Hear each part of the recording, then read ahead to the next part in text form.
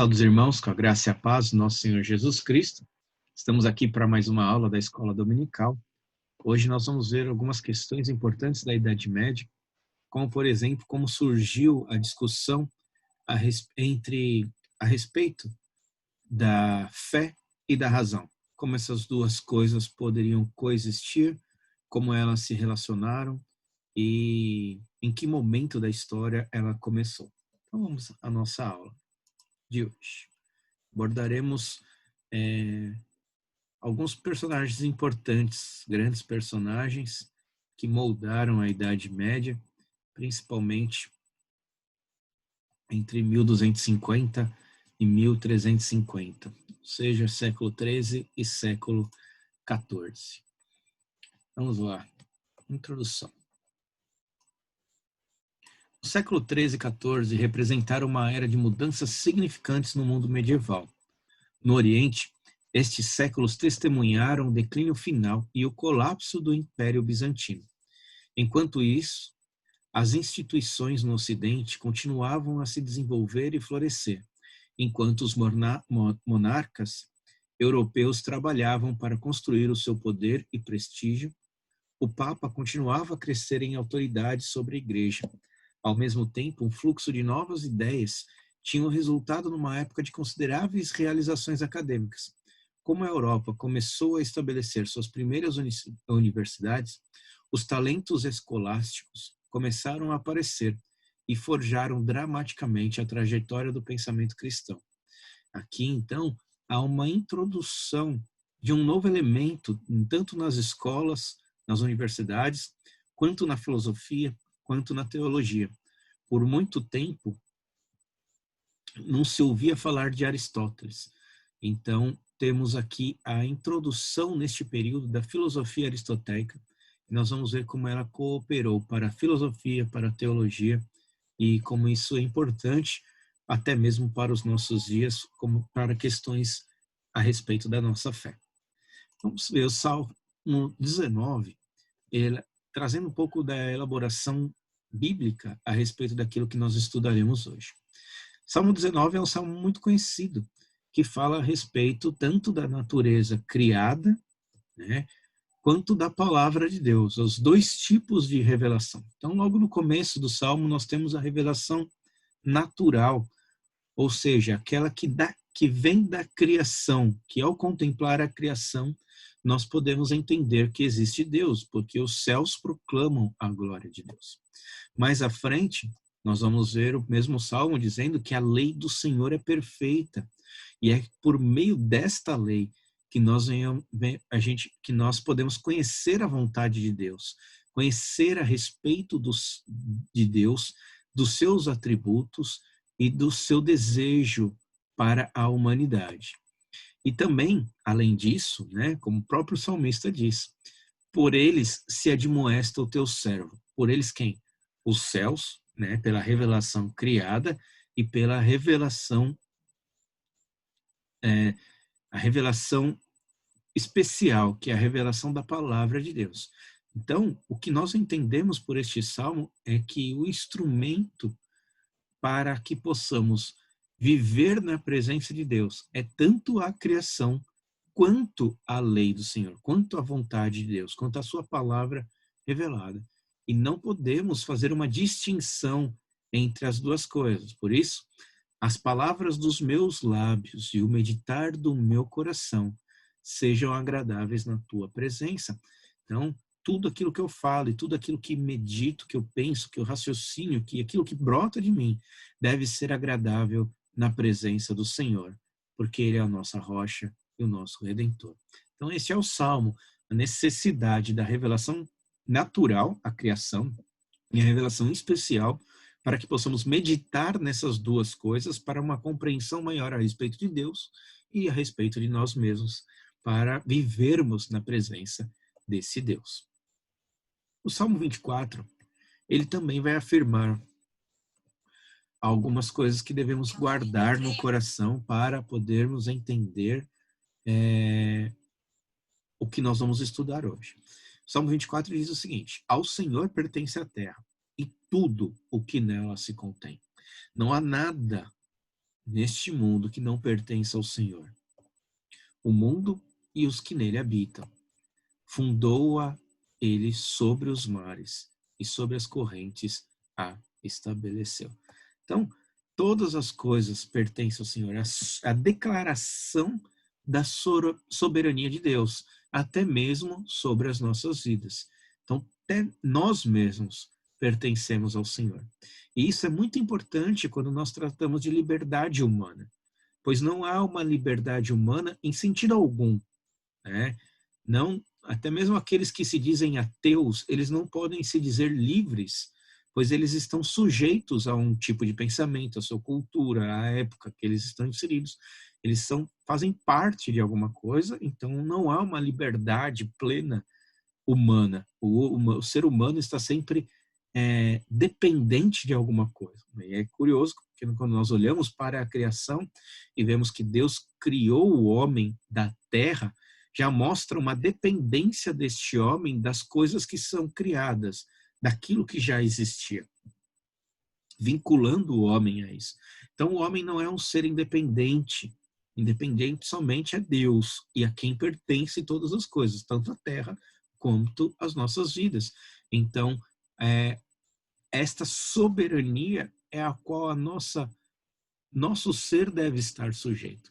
E quando eu sujeito o meu ser ao Senhor, eu me torno livre de todas as outras coisas, no sentido em que as outras coisas já não governam, já não é a cultura que governa a minha vida, já não é o tempo em que eu estou inserido que governa a minha vida, já não são mais os costumes deste mundo que vão conduzir, que vão sujeitar, a quem eu tenho que me sujeitar, mas a Deus. É a Ele que eu estou sujeito, é dele que eu dependo e é a Ele que eu presto contas.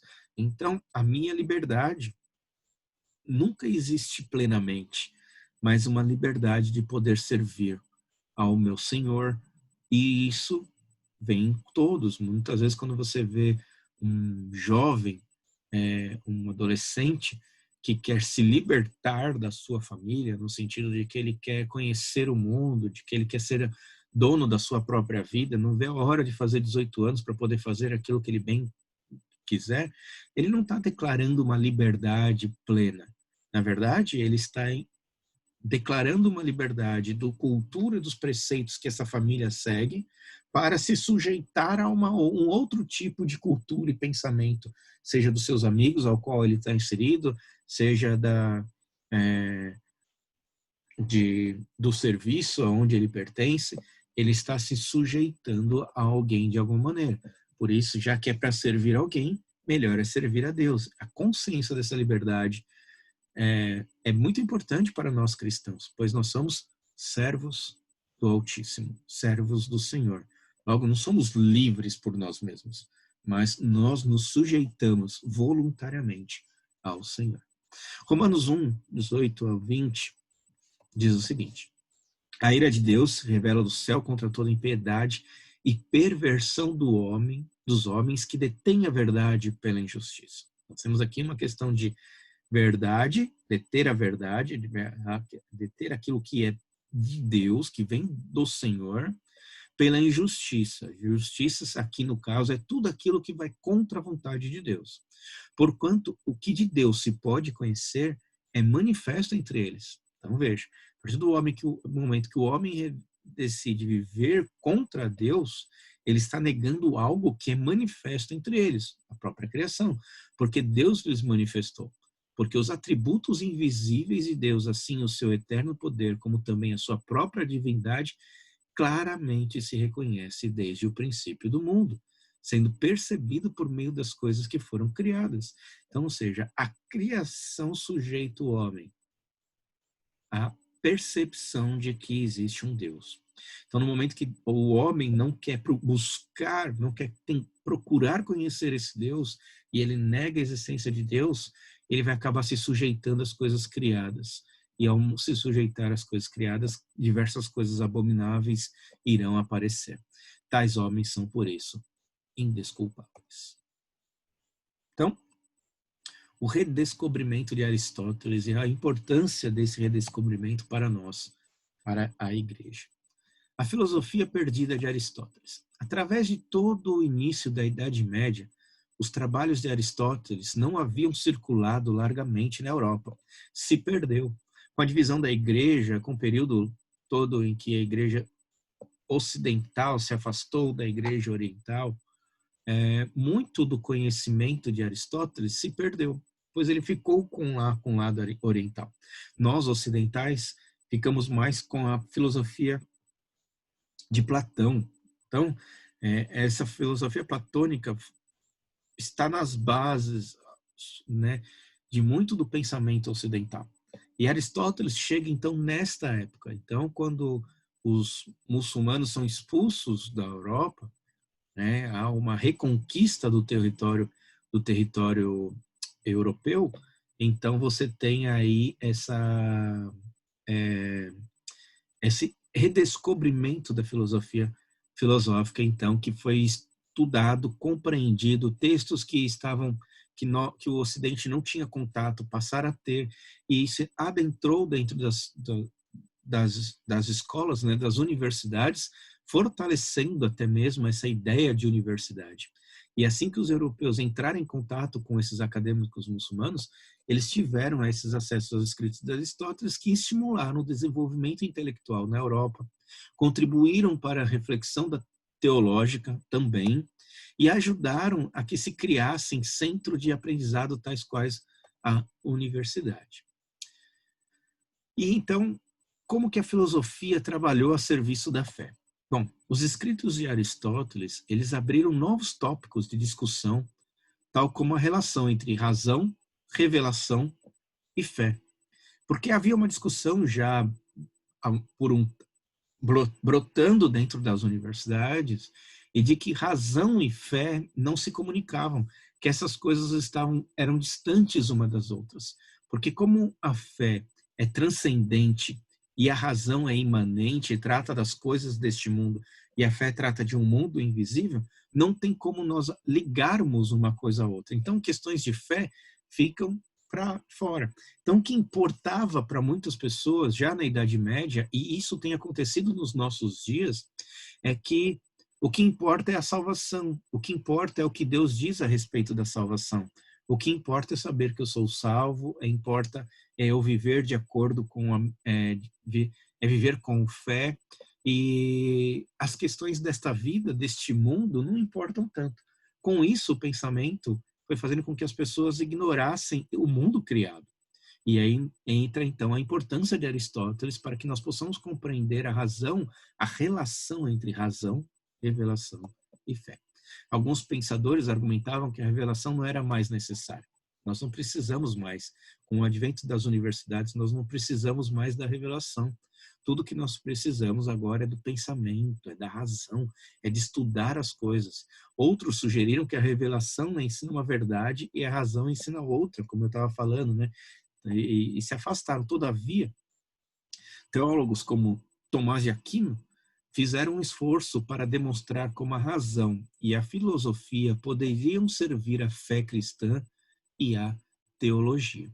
Aristóteles, por isso, tornou-se uma ferramenta importante entre os escolásticos do final da Idade Média, quando esses lutavam com questões doutrinárias complexas. E Tomás escreveu a sua Summa contra Gentiles. Uma importante questão levantada pela filosofia aristotélica foi a relação entre o Criador e a criação. Entre alguns cristãos, era definitivamente uma abordagem de outro mundo, né? Aquela questão de transcendente, era outro mundo. Em seu zelo pelas realidades do céu e da salvação, eles iriam essencialmente ignorar questões terrenas. Então você tinha dois grupos, né?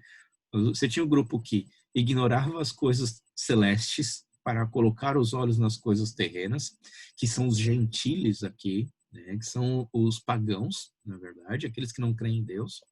E existe aqueles que creem em Deus, mas que ignoram as coisas deste mundo e colocam seus olhos somente nas coisas celestes, o que nós chamamos hoje de os cientistas e os cristãos, né? Então há uma divergência, há uma aparente contradição entre ser cristão e ser cientista e ser cientista e ser cristão. É uma aparente contradição. Essa contradição não é real, né? E nós devemos dar muita atenção a isso. Então, já acontecia isso na Idade Média da mesma maneira que acontece hoje.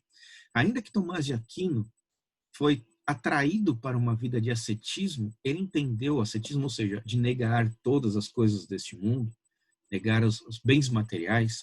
Ele entendeu que muitos cristãos corriam o perigo de negar a realidade e o valor deste mundo.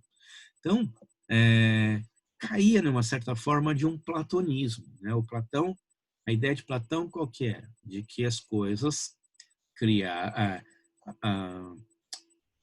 a carne é boa, é ruim e o espiritual é mau, né? Do pensamento platônico veio a ideia de que o espírito é bom, a carne é má. Só que a carne também é criada por Deus. E ao mesmo tempo que a carne é criada por ela, ou seja, ela tem a mesma importância que o espírito. Então, carne e espírito necessitam um dos outros e são bons. O que é ruim é o pecado. E aqui, nessa ideia, então, de razão e fé, muitos cristãos começaram a negar este mundo, como se este mundo fosse ruim. E aqui entra, então, a filosofia aristotélica e a percepção de Tomás de Aquino de que não é bem assim que as coisas devem funcionar. E aí ele escreve a sua Suma contra os gentios, né? que é uma reflexão sobre a importância da criação e conclui que uma desvalorização da ordem criada pode levar a uma desvalorização do próprio Deus criador. É aquilo que eu falei. A partir do momento que eu falo que a carne é ruim, eu estou falando que Deus criou algo ruim. E outros aspectos importantes, por exemplo, como na criação, qual é o propósito humano diante da vida humana, diante do mundo criado. Se eu ignorar o mundo criado, eu perco o propósito de Deus para a minha vida neste mundo. E eu passo a viver uma vida monástica, né? Uma vida de monge. Eu vou me excluir cada vez mais deste mundo, ansiando por algo, porque esse mundo eu nego este mundo completamente. E não é bem assim que as coisas funcionam, porque o que Deus criou, ele entregou a nós para governarmos. Então, a partir do momento que eu nego este mundo, eu nego o propósito de Deus para minha vida. Eu nego a Deus de uma certa forma. Por isso, a abordagem tomada por Thomas e outros escolásticos depois dele era de unir razão e revelação em um esforço para integrar graça, natureza e vida cristã. Então, vamos falar um pouco sobre Tomás de Aquino. Falamos um pouco de como ele trouxe isso, né? Mas vamos abordar um pouco da sua vida. Tomás de Aquino nasceu na Itália em 1225 e viveu até 1274. Ele nasceu em uma família rica e influente, ele era um nobre italiano e recebeu uma excelente educação. Ainda jovem, ele se uniu à ordem dominicana, que é aquela ordem que nós já falamos, que abandona, né, todas as coisas deste mundo, abandona os bens materiais, né? E essa decisão não foi agradável. Imagina, para sua família, você ter um jovem, um homem, um herdeiro que nega tudo aquilo que a família construiu. Então, não foi uma decisão que agradou a família, mas era um homem dedicado às coisas de Deus. Ele ficou conhecido como doutor angelical, né, na história por causa dos seus talentos intelectuais e seus escritos a respeito dos anjos, né? Ele falava muito a respeito de anjos. Alguns que o conheciam se referiam a ele como um boi bobo. Isso devido à sua grande estatura e sua disposição quieta para o estudo. Ele estava sempre estudando, era um homem grande que estava sempre estudando, né? Então, por isso o apelido de boi bobo. Agora, a Suma Teológica, que foi talvez a maior obra de Tomás de Aquino, comentada, estudada até hoje.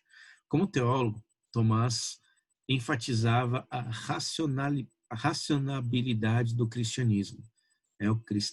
O cristianismo é uma ciência, né, praticamente. A mente de Deus foi refletida na criação e na salvação, aquilo que nós falamos no Salmo 19. Então, por meio dessas duas coisas, né, da revelação da criação e da revelação da salvação, que é a revelação especial, nós podemos conhecer a Deus. Estudando a revelação de Deus, o homem pode entender melhor a Deus, pensando os pensamentos de Deus como ele. Esse é o propósito nosso, no momento que nós nos debruçamos sobre as Escrituras. É fazer uma compreensão do mundo e do próprio Deus a partir daquilo que Deus revelou de si mesmo nas Escrituras. Então, o resumo da teologia de Thomas, a Suma Teológica, é ainda considerado um dos maiores trabalhos da Idade Média. Post-mortem. É interessante que, apesar de ser um grande teólogo, muito influente nos nossos dias, na época dele, ele não foi muito conhecido, né? Boa parte dos seus trabalhos tornou-se popular somente depois de sua morte. Ele atraiu relativamente poucos seguidores enquanto ainda vivo. E por volta do final da vida de Thomas, a teologia começou a se mover em outras direções. Então, você tinha muitos ramos na teologia. O que, então, né, muitas coisas acontecendo ao mesmo tempo ali naquela época. E no século XVI houve, então, um reavivamento da teologia de Thomas. Por quê? Dentro da Igreja Católica. Por quê? No século XVI. Porque os católicos encontraram em Thomas de Aquino, uma forma de responder à reforma protestante. Então, quando começaram a chegar os escritos de Thomas, um recurso útil para resistir aos ensinos protestantes. Então, eles precisaram abandonar muito da alegoria deles e se apegar em coisas racionais. E aí que entra, então, Tomás de Aquino. Outro reavivamento do tomismo ocorreram nos séculos XIX e XX. Hoje, ele é visto como uma figura imponente dentro do pensamento medieval. Segurança da salvação. E aqui entra uma questão que se afasta muito do que nós, protestantes, nós reformadores, nós que calvinistas acreditamos. Tomás tinha sido profundamente influenciado pelos escritos de Agostinho, assim como nós, protestantes, somos influenciados grandemente pela teologia agostiniana. Enquanto a maioria dos teólogos medievais valorizava e respeitava Agostinho, Tomás o compreendeu em um nível mais profundo e compreensível do que todos eles. No entanto, o agostinianismo de Tomás manifestou-se algumas vezes de modo pouco surpreendente. Por exemplo, na questão da eleição, Tomás era um consistente agostiniano que cria na predestinação. Ele cria absolutamente na predestinação. Só que ele sustentava que o conceito de que o indivíduo não poderia saber se era eleito ou não. Enquanto nós podemos entender, né, na reforma, nós abraçamos a ideia de que a salvação é uma evidência para o crente, há uma certeza da salvação, porque tudo que é necessário para ser salvo é a crença em Jesus Cristo, e a crença em Jesus Cristo torna-se a base de tudo aquilo que você é. Isso prova que você é um salvo. A partir do momento que o mundo já não deixa de te influenciar e Cristo passa a ser a sua base e a Bíblia passa a ser a sua regra de fé e prática, é uma certeza da salvação, porque o ímpio, ele não se apega a essas coisas. Quem não crê em Deus, ele segue outras coisas, não a Jesus Cristo. Então, uma evidência da salvação é a sua fé em Jesus Cristo. E Tomás de Aquino vai falar que não, que é impossível saber se sou salvo. E no momento em que ele declara que é impossível saber que é salvo, ele começa a cair no pelagianismo, uma questão de você ter que conquistar praticamente a salvação. Então, há uma dificuldade de compreender a predestinação e a salvação. Então, há uma disputa, como existe hoje. Então, a visão agostiniana de eleição foi, então, emparelhada com uma visão proto-arminiana da segurança. Proto-arminiana, quando eu quero dizer isso, é com relação justamente à liberdade do homem em escolher por Jesus Cristo ou não. Então, eu tenho que fazer prática quase que por merecer esta salvação. E é justamente aí que, então, se afastamos de Agostinho. Porque Agostinho, ele vai dizer o quê? Que Deus conduz todas as coisas, sujeitando-me a ele. Não há uma opção, no sentido de momento que eu tenho um encontro com Cristo, não há uma opção se eu continuo a seguir Cristo ou não. A presença de Deus me impulsiona justamente por uma resposta a Deus, favorável a Deus. É impossível ter o encontro real com Deus, com Cristo, e negar a Cristo. E aí que entra, então, essa confusão, né, no pensamento tomista, né? A fé e o amor. E aí, então, nós começamos a entender muitos dos problemas dos nossos tempos com relação à compreensão de fé e amor. Porque nós, principalmente nós brasileiros, somos influenciados grandemente por uma cultura católica. E a cultura católica vem do pensamento tomista. Então, vamos ver o que ele diz. Acreditando que uma pessoa é justificada pela fé, que advém do amor, Tomás enfatizou uma busca rigorosa pela santidade. Então, como ele não tinha certeza da salvação, como ele afirmava que eu não posso ter certeza da afirmação, eu tenho que, então, viver com amor. É isso que ele está falando, é o amor que vai provar isso, é os sacramentos que vão provar isso. Então, muitas vezes foi pensado que a fé é o conhecimento que é recebido como verdadeiro. Então, muitas pessoas falam assim, eu creio em Deus, mas vivem como se Deus não existisse. Isso é real. Tem muita gente dentro da igreja que vai para a igreja.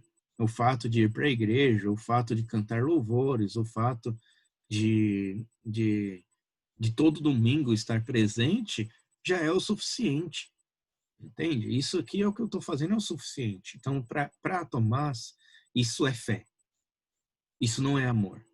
Isso não é ainda uma fé que salva. Essa fé, para ela salvar, ela precisa do amor. E aí, então, a fé não tinha nenhum valor se não tivesse sido vivificada pelo amor. O amor, na crença do final da Idade Média, dava vida e substância à fé. Então, é a mesma coisa que eu peguei a dizer para você, que fé é um automóvel, é o carro.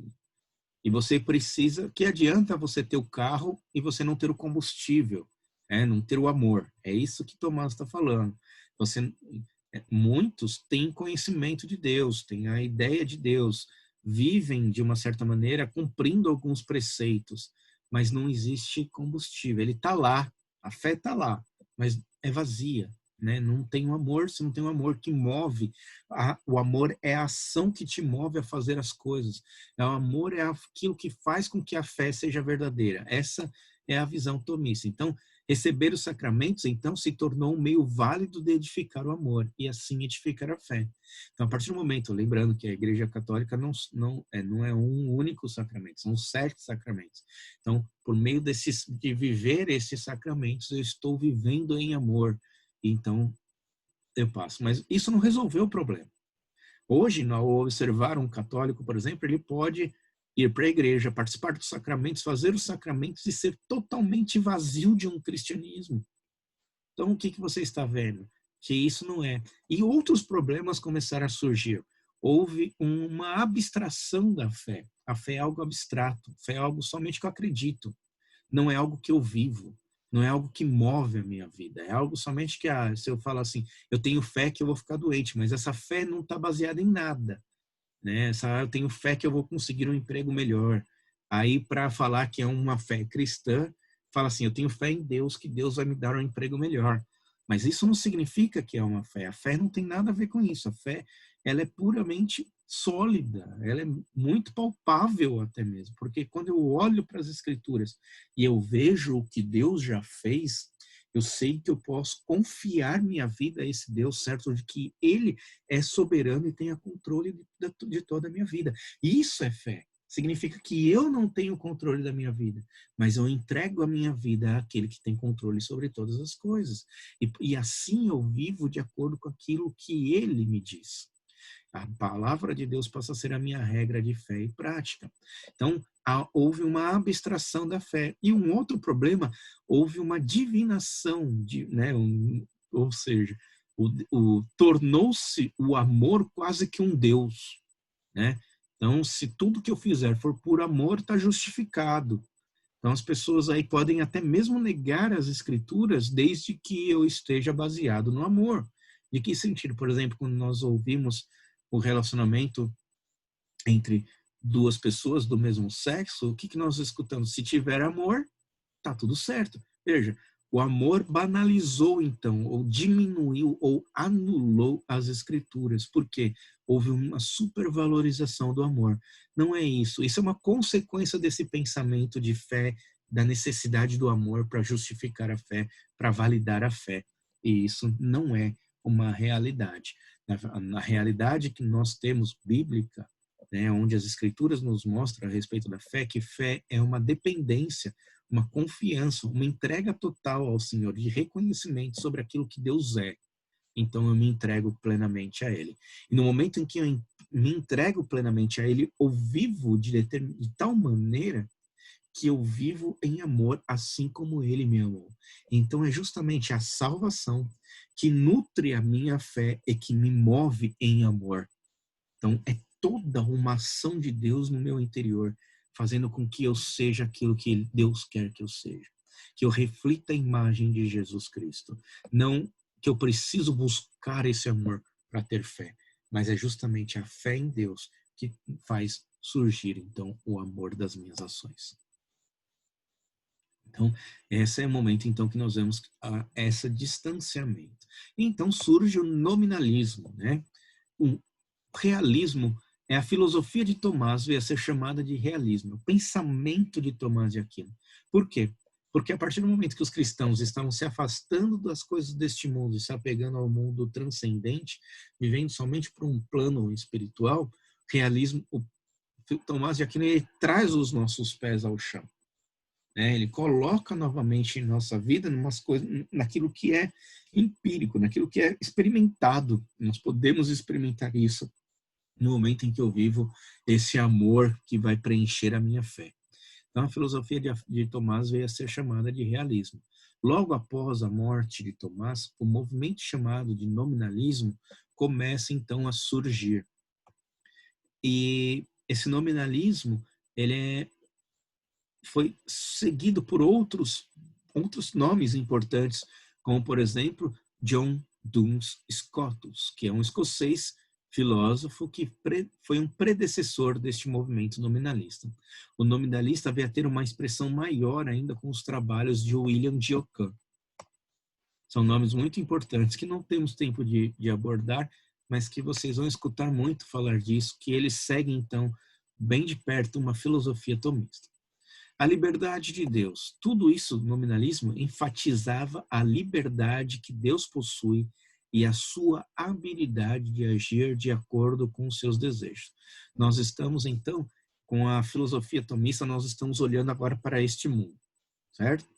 Estamos olhando agora para o chão, olhando agora para a terra, para a criação e pensando na liberdade de Deus. Então, chegaram a questionar, por exemplo, se Deus pretendia nos salvar, se ele poderia, então,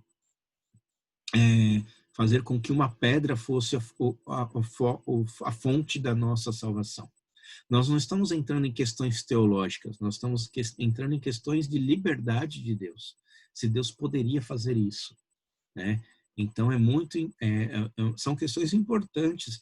O que ele está querendo discutir, não vamos entrar nos detalhes dessa discussão teológica aí, mas as coisas criadas são criadas porque Deus criou dessa maneira, mas ele tinha a liberdade de criar as coisas da maneira que ele queria. Por que foi necessariamente assim? Essa é a discussão que está tendo ali. Esse movimento levantou questões acerca da possibilidade de ter escolhido efetuar a redenção de diferentes maneiras. Os proponentes desse pensamento estavam desconfortáveis em tentar equacionar a relação entre a natureza e a teologia, pois diziam que Deus transcende a natureza e exerce um absoluto poder sobre ela. Então, veja, mas eles estão se afastando, mais uma vez, da questão da relação, né, entre a natureza e a teologia, a criação e a teologia. Né? E o problema vai continuando. O que a teologia nominalista, então, fez? É muito interessante que a teologia nominalista tendia a gravitar entre as direções agostinianas e pelagianas também. Então, eles ficavam entre total soberania de Deus, né, a questão da liberdade de Deus em sustentar todas as coisas, ou pelagianismo, ou seja, no sentido de que Deus deu uma certa liberdade ao homem, de que o homem escolhe a sua salvação. O homem tem que conquistar a sua salvação. Então, se o homem tem que conquistar a sua salvação, Cristo é desnecessário. Então, nós temos aí uma discussão bem importante. Veja, começou lá logo depois da igreja de Atos, lá, e veio até hoje essa discussão.